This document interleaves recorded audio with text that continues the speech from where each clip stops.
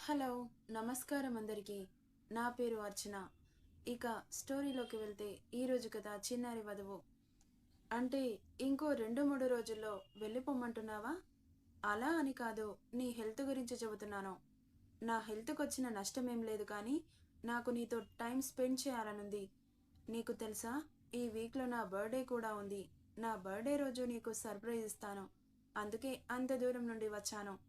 నువ్వేమో అది ఇది అని చెప్పి నేను అమెరికా పంపిద్దాం అనుకుంటున్నావు అని అతని చేతిని పెనవేస్తూ చెబుతుంటే, అప్పుడే రూమ్ నుండి బయటకొచ్చిన ఇందు వాళ్ళిద్దరినీ అలా చూసి షాక్ కొట్టినట్లు స్తంభంలా నిలబడిపోయింది. అతను అన్ని చెప్పాడు కానీ డాలీకి నన్ను పెళ్లి చేసుకున్నానని ఎందుకు చెప్పట్లేదు? పైగా దానితో ఇంత క్లోజ్గా ఉన్నాడు. అంటే నిజంగా నేనంటే ఆయనకి ఇష్టం లేదు, అందుకే నన్ను కోపడ్డారు అనుకుంటూ రూమ్కి వెళ్ళిపోయి మళ్ళీ ఏడుస్తూ కూర్చుంది. దబ్బున డోర్ వేయడంతో డోర్ సౌండ్కి తలెత్తి చూశాడు. ఇందు మా ఇద్దరిని చూసిందా? ఇలా చూస్తే తన అనుమానం నిజమని నమ్ముతుంది. పిచ్చిది. ఇప్పుడు ఈ డాలీని ఎలా వదిలించుకోవాలి? చాలా స్మార్ట్గా బిహేవ్ చేస్తుంది. అసలు యుఎస్లో దీంతో ఇంత క్లోజ్గా నేను ఎప్పుడు ఉన్నాను? ఇక్కడికి వచ్చి తెగ బిల్డప్ ఇస్తోంది అనుకుంటూ, డాలీ, నువ్వసలు ఇక్కడికి ఎందుకు వచ్చావు? అయినా ఇంకో 1 వీక్ పోతే నేనే వస్తానుగా. అంత రిస్క్ చేసి ఇక్కడి వరకు రావడం ఎందుకు? చెప్పాను చెప్పాను కదా హేమ్. మళ్ళీ అడుగుతావేంటి? నీకు సర్ప్రైజ్ ఇవ్వాలనుకుంటున్నాను.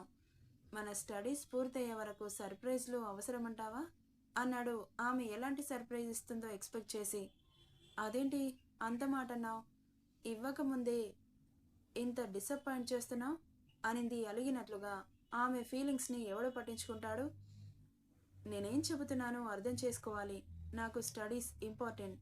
నేను బిజినెస్ పెట్టాలనుకున్నది నా గోల్. వాటిని వదిలేసి నువ్వు ఇచ్చే సర్ప్రైజ్లకి ఎగ్జైట్ అవ్వమంటావా? చూడు డాలీ, నేను నీతో ఎప్పుడు ఒకేలా ఉన్నాను. క్లోజ్గా ఎప్పుడు మూవ్ అవ్వలేదు. అది నీకు తెలుసు. అయినా కానీ నా మీద ఆశలు పెట్టుకోవడం అది నీ తప్పు.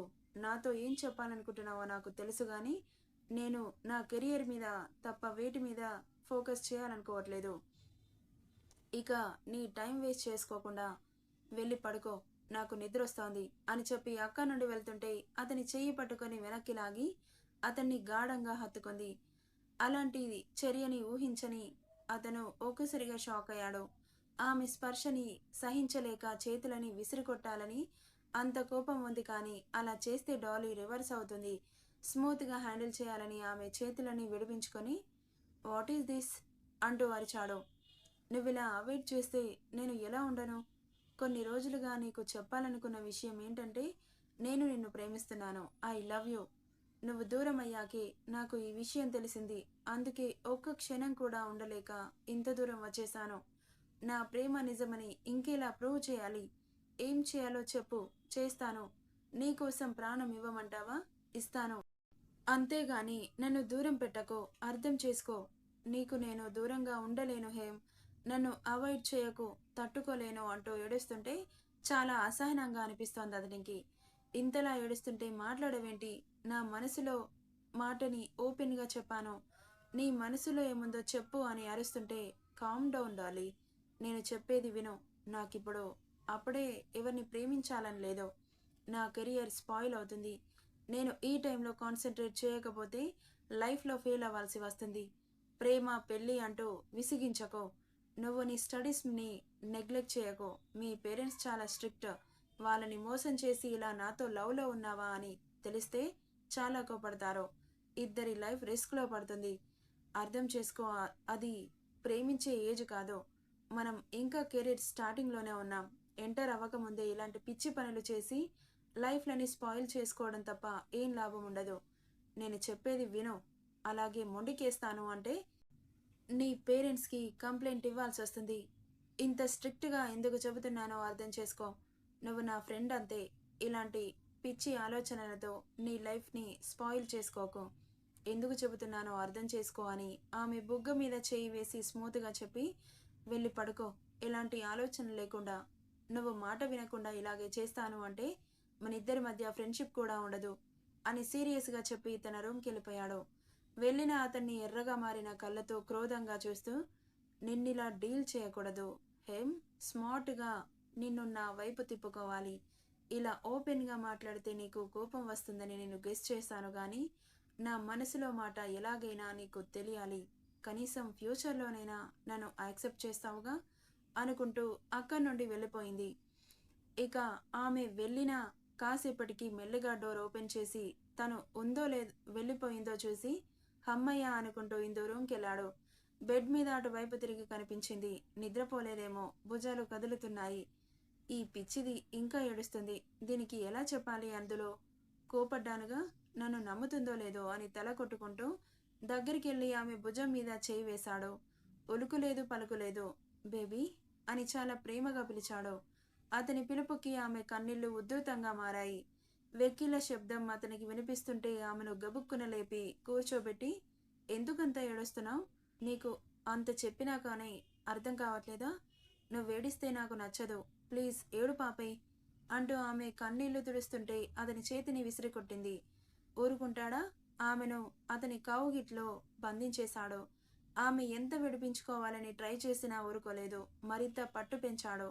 వదులు అంటూ అతని దూరం చేయాలని ఎంత ట్రై చేసినా ఆమె వల్ల అవ్వక అలాగే ఉండిపోయింది. ఇంకో 1 వీక్లో నేను నీకు దూరంగా వెళ్ళిపోతాను. అప్పటి వరకు నువ్వు నవ్వుతూ ఉండు. తనకి ఎందుకు అబద్ధం చెప్పానో అర్థం చేసుకో. మనిద్దరికీ ఈ ఏజ్లో పెళ్ళైందని తనకి తెలిస్తే కాలేజ్లో కంప్లైంట్ ఇచ్చి నన్ను కాలేజ్ నుండి డిస్మిస్ చేసేలా చేస్తుంది అనగానే, ఏడుపాపి, నువ్వు పెళ్లి చేసుకుంటే ఆవిడకెందుకు? అయినా తను నీ ఫ్రెండ్ కదా, అలా ఎందుకు చెబుతుంది అని అడగగానే, సచ్చింది గొర్రె, ఇప్పుడు దీనికి ఏం చెప్పాలి అని ఆలోచిస్తూ ఉన్నాడు హేమాంష్. వామో, ఇదేంటి ఇంత బాధలో ఉన్న లాజిక్ మాత్రం మిస్ అవ్వలేదు. సచ్చింది గొర్రె, ఇప్పుడేం సమాధానం చెప్పాలి?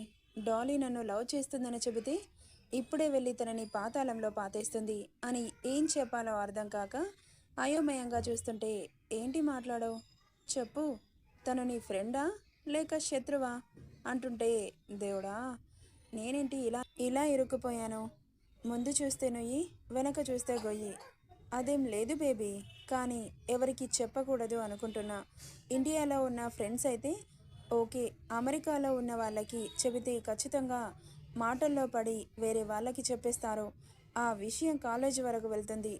ఇప్పుడు మన పెళ్ళి గురించి తనకి చెప్పడం అవసరమంటావా?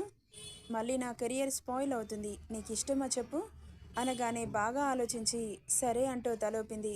హమ్మయ్య అని గుండెల మీద చెయ్యి వేసుకొని, నా మీద కోపం పోయిందా అని అడిగాడు. పోలేదు. నా మీదకి ఎందుకు అరిచారు? అచ్చా, నువ్వేం మాట్లాడావో ఒకసారి గుర్తు చేసుకో. నువ్వు ఇంకా చిన్నపిల్లవి కాదు ఇందు. కిడ్డీషా బిహేవ్ చేయకు. ఒక దెబ్బ వేస్తే కాసేపు నొప్పి మానిపోతుంది. ఒక మాట అంటే అది గుర్తొచ్చినప్పుడల్లా గుండెల్లో ముళ్ళులా గొచ్చుతుంది. ఒక మనిషిని ఒక మాట అనే ముందు వెనక ముందు ఆలోచించుకోవాలి. ఇది అనాలా వద్దా అని. నేను నిన్ను మోసం చేసి వెళ్ళిపోయేవాడిలాగా కనిపిస్తున్నానా? నువ్వన్న మాటలకి కనీసం నీ మొహం కూడా చూడకూడదనుకున్నా. కానీ నీలా కఠినమైన మనసు కాదుగా. బాధపడతావని వచ్చా. నువ్వు నన్ను బ్రతిలాడాల్సింది పోయి నేనే వచ్చి నిన్ను బ్రతిలాడుతుంటే టెక్కు చూపిస్తున్నావు అంటూ ఆమెను వదిలి దూరం జరిగాడు. అతనిలా జరగగానే బాధగా చూసి, సారీ, నిజంగా నేను నీతో అలా మాట్లాడి ఉండకూడదు, నన్ను క్షమించు ప్లీజ్ అని ముద్దుగా అడుగుతుంటే, ప్లీజ్ ఇందు, కాసేపు నన్ను వదిలే అంటూ ఆమెను దూరం జరిపి అక్కడి నుండి తన రూమ్కి వెళ్ళిపోయాడు. కేవలం ఆమెను కూల్ చేయడానికి, ఆమెకు అర్థమయ్యేలా చెప్పడానికి మాత్రమే వచ్చాడు. అన్ని మాటలు అన్న తను బాధపడుతుందని చాలా తగ్గాడు. అయినా కానీ ఆమె కోపం పోలేదని అతనికి కోపం వచ్చింది. తను చిన్నపిల్ల కాదు. ఇలాగే గారాబం చేస్తే తనకు అనుకూలంగా మాట్లాడినన్ని రోజులు తను మంచి చెడు నేర్చుకోకుండా తనదే నెగ్గాలి అన్న మెంటాలిటీ ఎక్కడొస్తుందోనని తన మీద కోపంతో అక్కడి నుండి వెళ్ళిపోయాడు. తనేం చిన్నపిల్ల కాదు, 16 ఇయర్స్. హేమంష్ వచ్చేసరికి 20 ఇయర్స్ వస్తాయి. తనున్నప్పుడే ఇలాంటివి ఫేస్ చేస్తే అందులో ఎంతో కొంత నేర్చుకుంటుంది. నేర్చుకోవాలి కూడా. ఇంకా చిన్నపిల్లల బిహేవ్ చేస్తే ఫ్యూచర్లో వచ్చే కష్టాలను ఏం తట్టుకుంటుంది? అతనలా వెళ్ళగానే ఆమె మనసు బాధగా మొలిగింది. అతనలా కోపంగా చూడక చాలా రోజులవుతుంది. ఇప్పుడు కూడా అతని కోపాన్ని భరించలేక వెనకే వెళ్ళింది.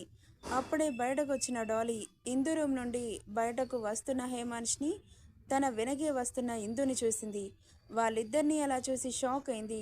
ఇదేంటి, హేమాంష్ ఆ అమ్మాయి గదిలో నుండి వస్తున్నాడు? ఆ అమ్మాయి కూడా తన వెనకాలే వస్తుందేంటి అనుకుంటూ వాళ్ళిద్దరిని అబ్జర్వ్ చేస్తుంటే హేమాన్ష్ రూమ్కి వెళ్ళి డోర్ వేసుకుంటే డోర్ని తోసుకుంటూ ఇందు కూడా లోపలికెళ్ళింది. ఒక్కసారిగా డాలీ కళ్ళు పెద్దవయ్యాయి. తను అంత చనువుగా తన గదిలోకి వెళ్ళడం ఏంటి? వీళ్ళిద్దరి మధ్య ఏదైనా ఉందా? వెంటనే తెలుసుకోవాలి అనుకుంటూ వాళ్ళ వెనకే వెళ్ళింది. డాలీ డోర్ ఓపెన్ చేయబోతే అది ఓపెన్ అవ్వలేదు. ఏంటి ఇద్దరు లోపలికెళ్ళి డోర్ క్లోజ్ చేసుకున్నారు? ఆ పిల్లేంటి ఇంతుంది? హేమాంష్ని తన వలలో పడేసుకుంటుందా? ఇంత చిన్నప్పుడే ఇన్ని కన్నింగ్ వేషాలు వేస్తుందంటే కాస్త పెద్దయితే దీన్ని ఎవడూ ఆపలేడు. ఎంతసేపటికొస్తారో నేను చూస్తాను అనుకుంటూ కాలుగాలిన పిల్లిలా అటు ఇటు తిరుగుతూ ఉంది. వాళ్ళు బయటకెప్పుడొస్తారా అని.